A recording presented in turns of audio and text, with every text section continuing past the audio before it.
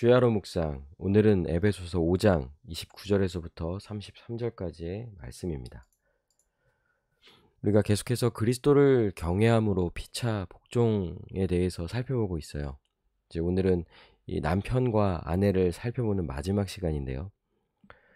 특별히 이제 그러면 이 남편이 아내를 사랑하는, 그래서 아내를 사랑할 때 그 사랑하는 것이 가능한 가장 큰 이유, 그리고 그 사랑의 모습이 어떻게 이루어지는지를 이제 말해주는데요. 가장 중요한 것은 이제 한 몸이 되었다는 거죠. 그러니까 실질적인 몸인 거예요. 그러니까 그냥 이렇게 영적으로서만 해석하는 것이 아니라 자기 몸으로 생각을 하는 거죠. 그러니까 여러분, 자기 몸을 어떻게 생각합니까? 정상적인 사람은 자기 육체를, 자기 몸을 학대한다든지 미워한다든지 함부로 대하지 않죠.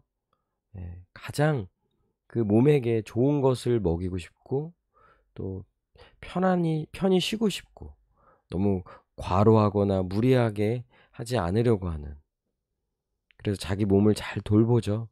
또 몸이 건강을 유지할 수 있도록 하는 이런 일들이 있잖아요. 그러니까 29절에 자기 육체를 미워하지 않고 오직 양육하여 보호하기를. 이게 이제 지금 자기를 대하는 방식인데, 결국 이거는 그리스도께서 교회에게 함과 같이, 왜냐면 이제 그리스도는 이제 교회의 머리고요. 교회는 그리스도의 몸인 거예요. 한 몸이죠. 그러니까 그리스도는 교회를 자기의 몸으로서 귀하고 또 사랑으로, 그리고 그 몸이 자라가도록 그 모든 일들을 이제 다 행하셨죠. 그래서 우리는 이제 그 몸의 지체임이라. 예, 맞아요. 우리는 이제 부부는 이제 그리스도의 몸의 지체인 거죠. 그러므로 사람이 부모를 떠나 그의 아내와 합하여 그 둘이 한 육체가 될지니. 여기까지는 이제 계속해서 말하는 게, 그래서 남편과 아내가 한 몸이 된 거죠.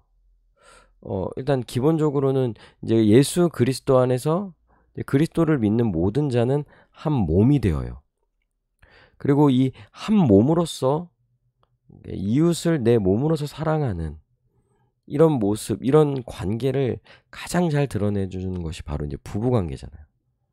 부부는 한 육체가 됩니다. 그러니까 실제로 한 육체로서 살아가는 것이죠. 그래서 여러분, 이 부부 관계 속에서만 성관계가 이제 성립되는 거예요.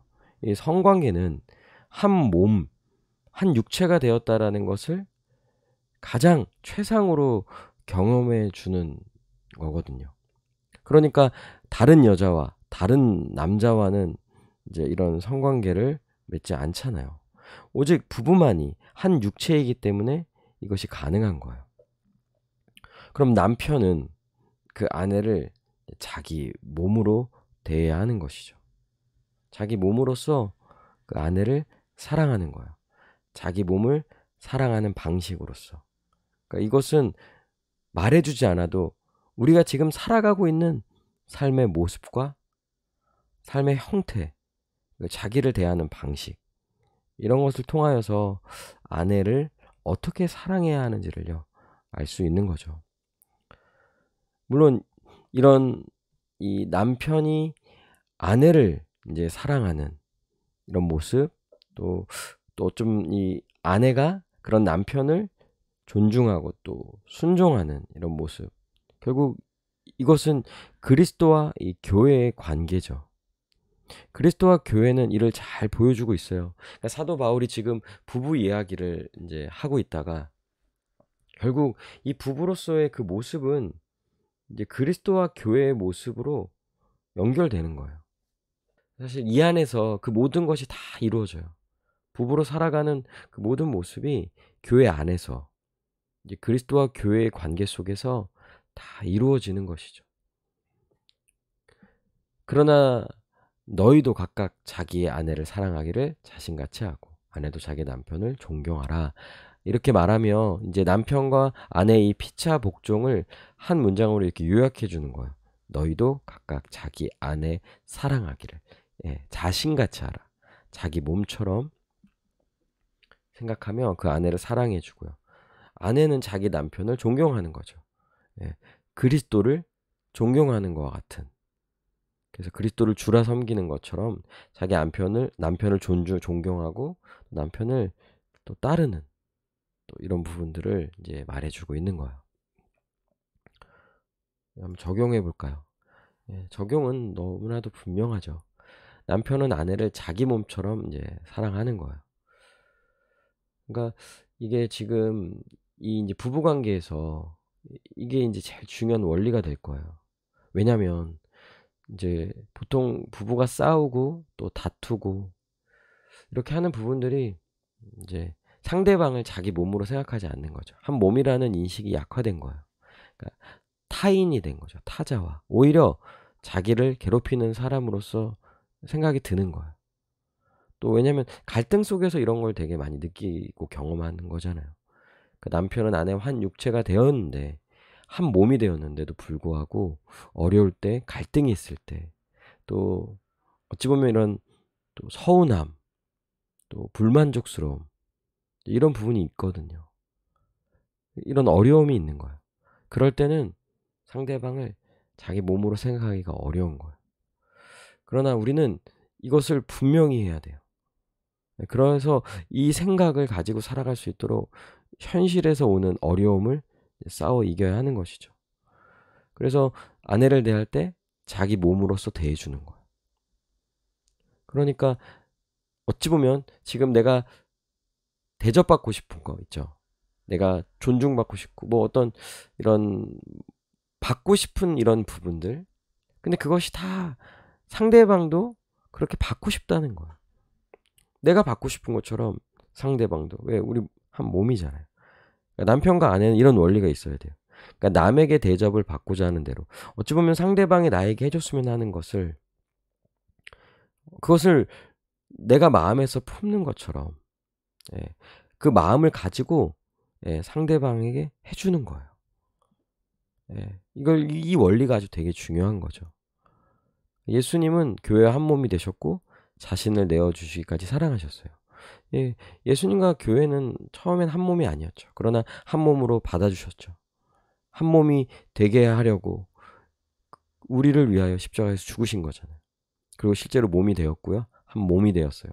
그러니까 예수님은 그 교회를 사랑해 주시죠. 자기 자신을 내어주기까지 사랑하십니다. 그러므로 이제 교회는 예수님의 사랑으로 인하여 온전해졌죠. 남편의 사랑을 통해 또 온전해진 아내. 남편은 아내를 예수님이 교회를 사랑한 것처럼 사랑할 때 그 아내는 온전해집니다. 그러면 그 아내는요, 남편을 섬기고 죽게 하듯 복종하는 거죠.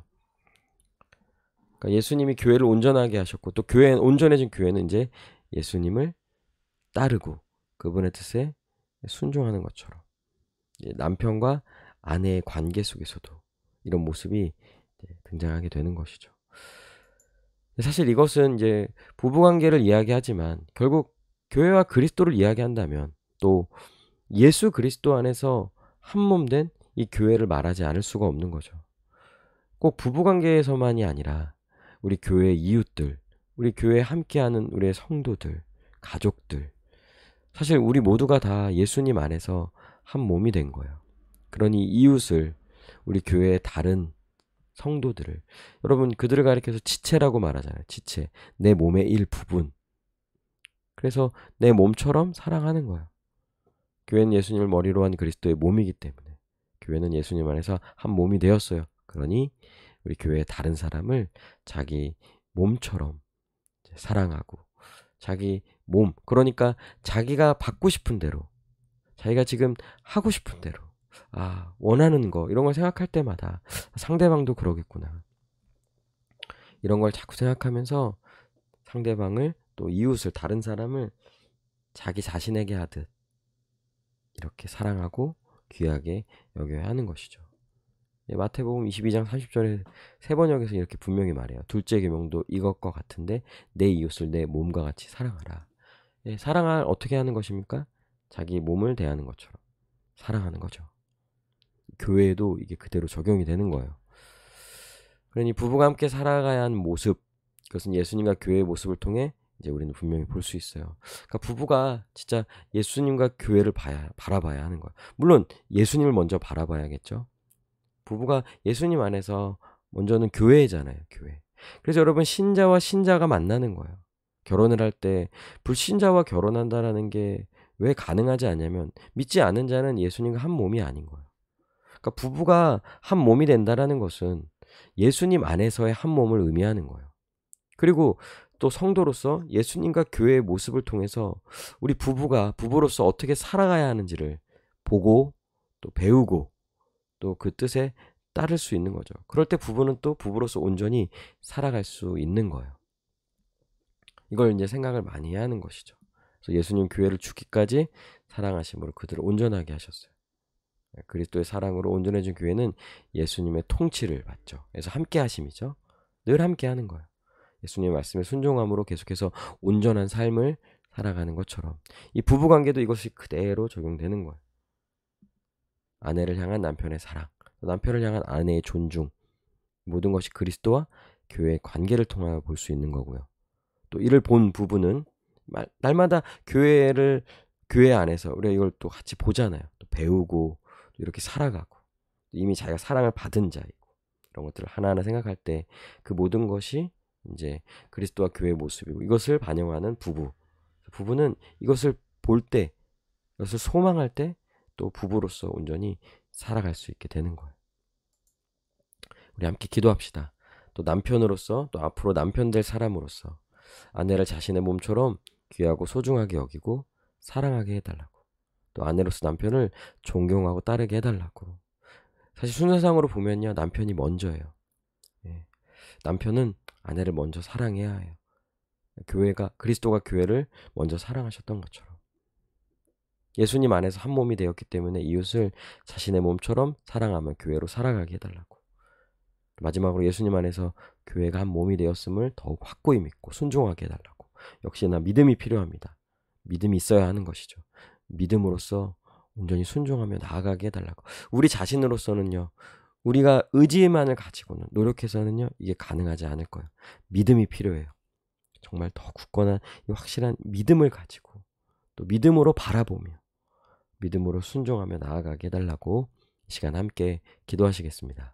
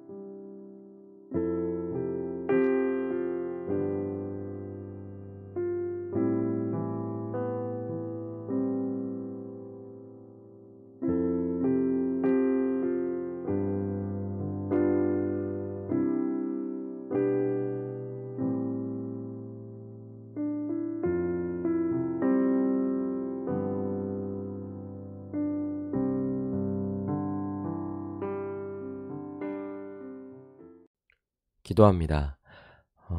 에베소서의 이 말씀처럼 또 아내를 사랑하는 남편으로서, 남편을 존중하는 아내로서 이런 부부 관계를 맺으며 살아가게 하시고, 또 이런 부부가 되기를 소망하며 날마다 예수님을 주라 고백하며 그분에게 받은 사랑을 생각하며 또한 교회로서도 한몸 되어 살아가는 우리 모두가 되게 하여 주시옵소서. 감사드리며 예수님의 이름으로 기도합니다. 아멘. 오늘도 주님 안에서 승리하는 복된 하루 되시길 바랍니다.